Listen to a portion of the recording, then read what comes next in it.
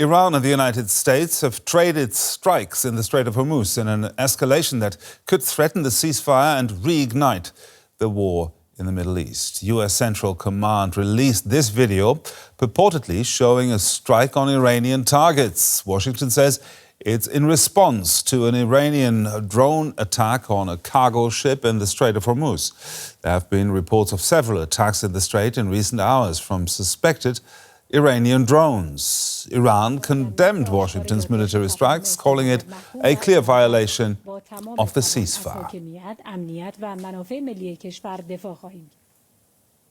In a post on X, Iran signed, J.D. Vance wrote, "Iran signed a ceasefire agreement. We have honored it. If they have disagreements about how the memorandum of understanding is being applied, they can pick up the phone, but violence will be met with violence."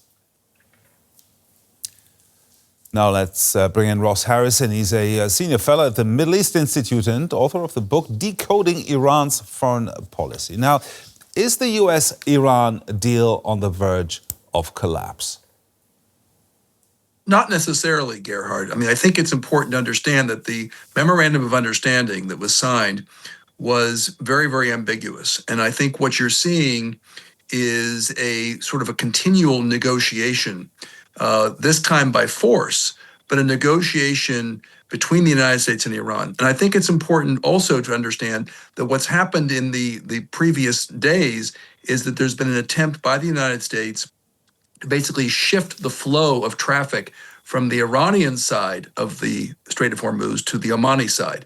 And what the Iranians are trying to do is trying to reassert control, because they believe that if the ships will move towards the Omani side and they can pass without any kind of involvement from Iran, then Iran will lose its leverage in the continuation of the memorandum of understanding, and also in the possible phase two, which would be talks on the nuclear front. So that's what you're seeing. You're seeing a continuation of negotiation, only this time not in the negotiating room, but on the battlefield. That's very interesting to see these attacks as part of the negotiation process, but it's a time of firsts, I guess. Now, will we all have to live with the US and Iran exchanging fire every week or so for the rest of the year? Well, I would hope not. I doubt it. Listen, I think one of the things that we've seen since the signing of the Memorandum of Understanding, Gerhard, is that for the first time, both parties, both the United States and Iran, believe that they have more to achieve, more to gain in the negotiating table and on the battlefield.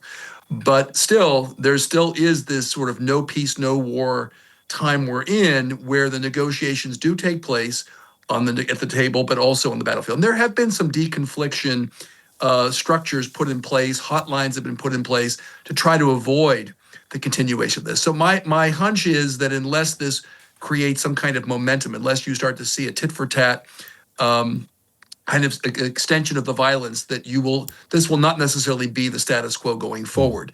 And the CENTCOM just, I think today, said that they have completed their attacks on Iran. So we'll see what happens in the coming days. But both parties would like to see this end. But whether the Israelis will participate in that, and whether the dynamics in the Gulf suggest that, we'll see in the coming days. Now, we come to the Israelis in a moment, but first, both sides accuse each other of violating the agreement reached 2 weeks ago.